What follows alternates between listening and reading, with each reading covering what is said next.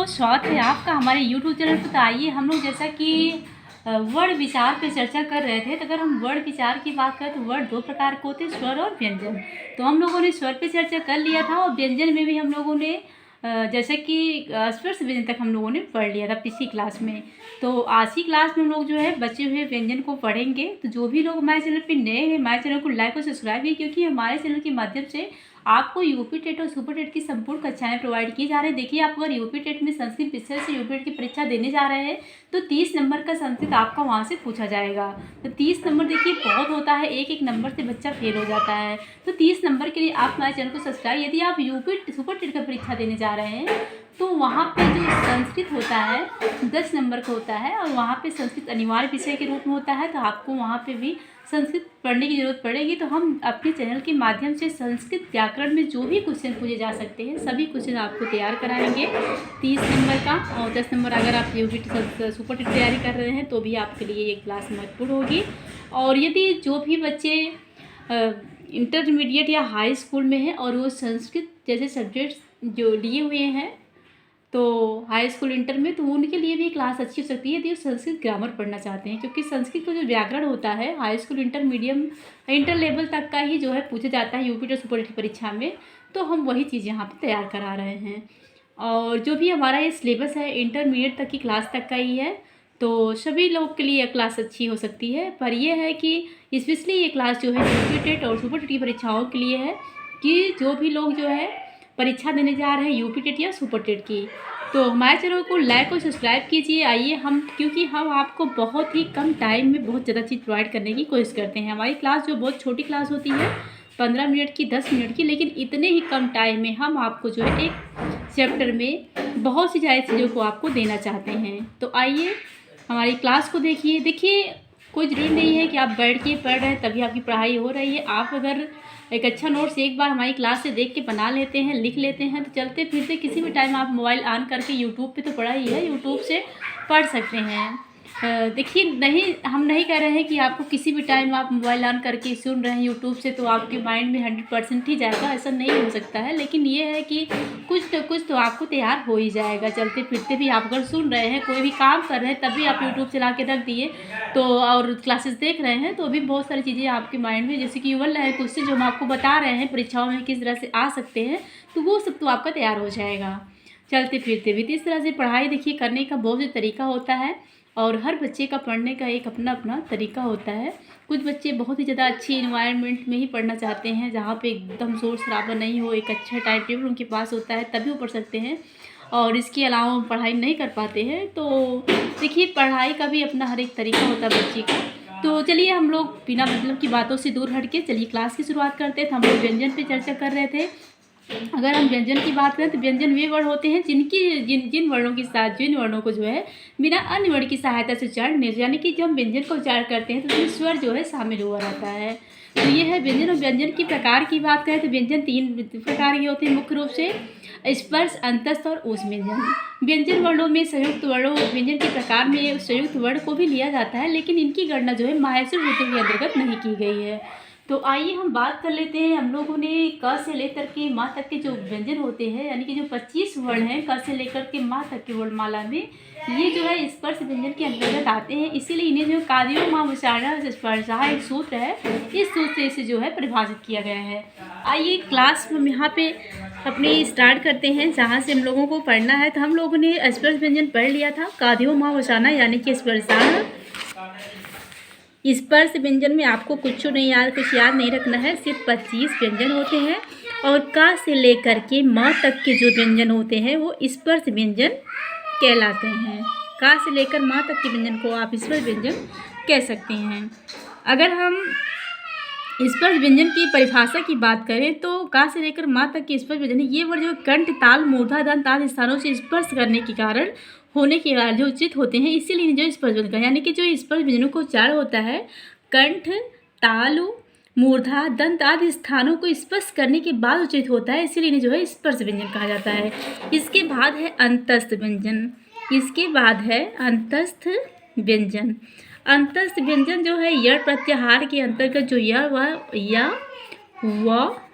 र और ल वर्ण आते हैं, यानी कि 4 जो व्यंजन हैं 4 वर्ण हैं ये अंतः व्यंजन के अंतर्गत आते हैं। इसके बाद है ऊष्म व्यंजन।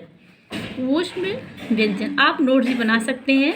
ऊष्म व्यंजन में आपको श, ख, श और ह ये 4 वर्ण ऊष्म व्यंजन के अंतर्गत आते हैं। यानी कि जो सल प्रत्याहार के अंतर्गत वर्ण आते हैं उन्हें आप जो है ऊष्म व्यंजन के अंतर्गत रख सकते हैं। इसके बाद है आपका संयुक्त व्यंजन। संयुक्त व्यंजन या इसी को जो है मिश्रित व्यंजन भी कहा जाता है। तो संयुक्त व्यंजन में आपका वर्ण आता है छ, त्र और ज्ञ। परीक्षाओं में आपसे क्वेश्चन पूछ सकता है, जैसे कि आपका छ वर्ण है क और श, हलंत है दोनों जगह पे अ बराबर छ होता है। तो ऐसे कभी कभी परीक्षा में पूछ लिया जाता है कि जो छ वर्ण है ये किन किन वर्णों से बना हुआ था। आपको याद रखना है क और श से। तो इस तरह से हमने जो है चर्चा की व्यंजन वर्णों की। व्यंजन वर्ण में अगर आपसे क्वेश्चन एक पूछ सकता है कि व्यंजन वर्णों की संख्या कितनी होती है, तो 25 होती है, 33 होती है। कितनी होती है? 33। अगर हम बात करें कि स्वर वर्ण की चर्चा, हमने पिछली क्लास में आपको बता दिया था कि जो संस्कृत भाषा में 9 स्वर वर्ण होते हैं। कितने होते हैं? 9। क्योंकि माहेश्वर सूत्रों के अंतर्गत जो है स्वर वर्णों की जो चर्चा की गई है, अयु, ऋलिक, योंग, योज, ये 4 जो माहेश्वर सूत्र हैं इनके अंतर्गत जो है स्वर वर्णों की चर्चा की गई है, जो कि 9 स्वर है। स्वरों को जो है संस्कृत में अज कहा जाता है, व्यंजन को जो है हल कहा जाता है। स्वर को आप जो है अज कह सकते हैं और व्यंजन को हल कह सकते हैं, कहा जाता है। ये भी क्वेश्चन परीक्षाओं में पूछा जाता है। आपका व्यंजन की संख्या है 33 और स्वर कितने हैं? तो 9 स्वर हैं। यहाँ पे भी लिखा गया है यही से जो हमने आपको बता दिया, अंतस व्यंजन यानी कि यड़ो अंतस्था, यानी कि यड़ प्रत्याहार के अंतर्गत जो वर्ण आते हैं उन्हें जो है अंतस व्यंजन कहा जाता है। हाँ, एक चीज़ आप ये भी नोट कर सकते हैं कि या व र ला ये जो 4 वर्ण हैं इन्हें अर्ध स्वर भी कहा जाता है। ये क्वेश्चन परीक्षाओं में पूछा जा चुका है कि इनमें से या व र ला में से आपका ऐसे देखिए र दे दिया और इनमें से जो है अर्ध स्वर है आपका क दे दिया, ख ग दे दिया। तो आपको याद रखना है कि या व र ला यानी कि अंतस्थ व्यंजन के अंदर जो वर्ण आते हैं इन्हें जो है अर्ध स्वर भी कहा जाता है। इसके बाद है ऊष्म व्यंजन। हमने आपको चर्चा कर दिया है कि सल प्रत्याहार के जो आने वाले उस होते हैं मिश्रित व्यंजन।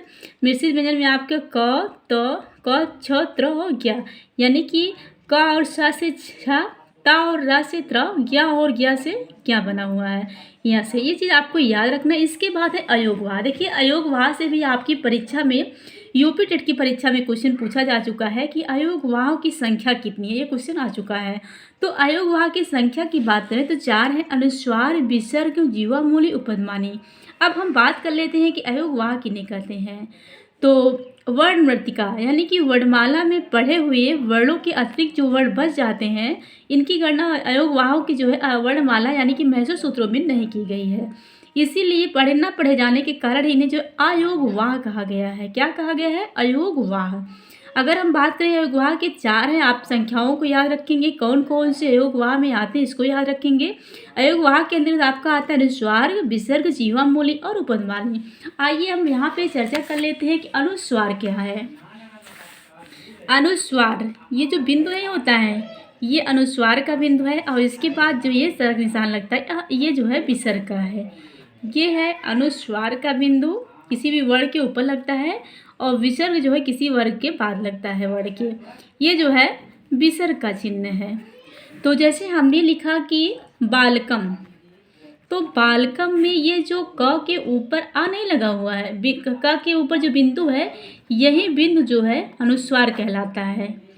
और इसके बाद जैसे हम लिख रहे हैं रामः, तो रामः में जो हमने ये बिंदु लगाया हुआ है यही जो है हमारा विसर्ग कहलाता है। अब हम बात कर लेते हैं कि जीवा मूलीय वर्ण, जीवा मूलीय वर्ण की। तो का और खा के पहले, क और खा के पहले जो आधे विसर्ग की तरह ये चिन्ह नहीं लगा होता हुआ है इसे ही जीवा मूलीय वर्ण कहा जाता है।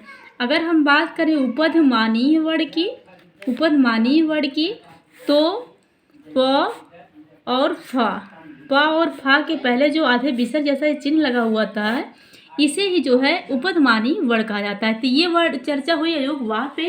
अयोगवाह की संख्या है 4 अनुस्वार, विसर्ग, उपपदमानी और जीवमूली। तो आपने ये समझ लिया कि अनुस्वार क्या है, विसर्ग क्या है, जीवमूली क्या, उपपदमानी क्या है, ये सभी हम लोगों ने पढ़ लिया। तो यही सब चीज़ें यहाँ पे लिखा भी गया है कि अंग अह इत्यचः पर वनुस्वरा विसर्गो अंग अह, ये अच के बाद आने पर क्रमशः अनुस्वार और विसर्ग कहलाते हैं। जैसे कि बालकम, रामम, श्यामम आदि में मकार के बाद आकार के ऊपर जो बिंदु, मकार का मतलब है माँ के बाद आप जब राम उच्चारण करते हैं तो माँ के बाद आपका आप ही उच्चारित होता है, यानी कि मकार के आकार के ऊपर जो ये बिंदु नहीं है, इसी का नाम जो है अनुस्वार, इसे आप अनुस्वार कहते हैं। और ये जो बिंदु है राम, श्याम, ग्राम में, इसे जो है विसर्ग कहते हैं। और यहाँ पे चर्चा की गई है कि अनुस्वार, जैसे कि हमने वर्णों का जो उच्चारण स्थान रहा है वहाँ पे आपको बता दिया है, जैसे कि इयम गणना नाम नासिका चा, तो जो नासिका से उच्चारित वर्ण होते हैं, वर्णों के जो पंचम वर्ण है उन्हें नासिका से उच्चारित किया जाता है। तो देखिए यहाँ पे दिया गया है कि नासिका अनुस्वार वर्णों को जो उच्चारण स्थान होता है नासिका होता है, अकु विसर्जनीय नाम कंठ है, और विसर्ग वर्ण का उच्चारण स्थान क्या होता है, कंठ होता है। जीवा, मूली और उपपदमानी वर्ण हमने आपको बता दिया क्या है। और इसके बाद यहाँ पे जो है कुछ ऐसा नहीं है जो आपकी परीक्षा में यहाँ से पूछ सकता है। तो आइए यहाँ पे चर्चा कर लेते हैं कि वर्ण की, जैसा कि हम लोगों ने वर्ण और व्यंजन पे चर्चा कर लिया है, तो यहाँ पे वर्ण और व्यंजन के बारे में इस तरह से एक बना के दिखाया है कि जैसे कि आप अगर अपने नोट्स में अच्छे से लिखते हैं तो आपके लिए पढ़ने के लिए आसान हो जाता है। तो आप ये सब चीज़ें आप अपनी परीक्षा के लिए आसान करने के लिए लिख सकते हैं। जैसे कि स्वर वर्ण में आप लिख सकते हैं रस्व स्वर, ह्रस्व, दीर्घ और प्लुत। तो ह्रस्व में आपका आ जाएगा आ, ई, उ, री और ली। और दीर्घ वर्ग में आपका आता है आ, ई, उ और री, ए, ओ, आई, औ। इसके बाद है प्लुत। प्लुत में आप ले सकते हैं जैसे कि आ हो गया, उ हो गया, री हो गया, आदि वर्ण को, लेकिन इसके बाद अगर प्लुत वर्ण लिखा जाता है तो इस तरह का हिसाब उसमें लगाया जाता है। ये रहा स्वर पे चर्चा। अगर हम व्यंजन की बात करें, व्यंजन वर्ण की, तो व्यंजन में आपका स्पर्श व्यंजन, अंतस्थ व्यंजन और ऊष्म तथा मिश्रित या संयुक्त व्यंजन। आप लोग हमारे राइटिंग पे ध्यान मत दीजिएगा, हम ऐसे ही रफली कर रहे हैं। जैसे अस्पष्ट व्यंजन की चर्चा करते हैं तो का से लेकर के मा तक जो 25 वर्ण हैं, अंतस्थ में आपका या, व, र, ल, उसमें श, ख, श और ह, और मिश्रित में आपका आता है छ, त्र और ज्ञा। ये चीज़ आप नोट करके रख सकते हैं। एग्ज़ाम के टाइम आप जो है, जैसे कि कभी कभी देखिए छोटी चीज़ों में भी हम लोग गलती कर देते हैं परीक्षा देते समय, तो उसके लिए है आप रिवीजन करके जा सकते हैं। थैंक यू दोस्तों, मिलते हैं नेक्स्ट सेशन में। हमारी क्लास आपको कैसी लगी हमें कमेंट में ज़रूर बताइएगा।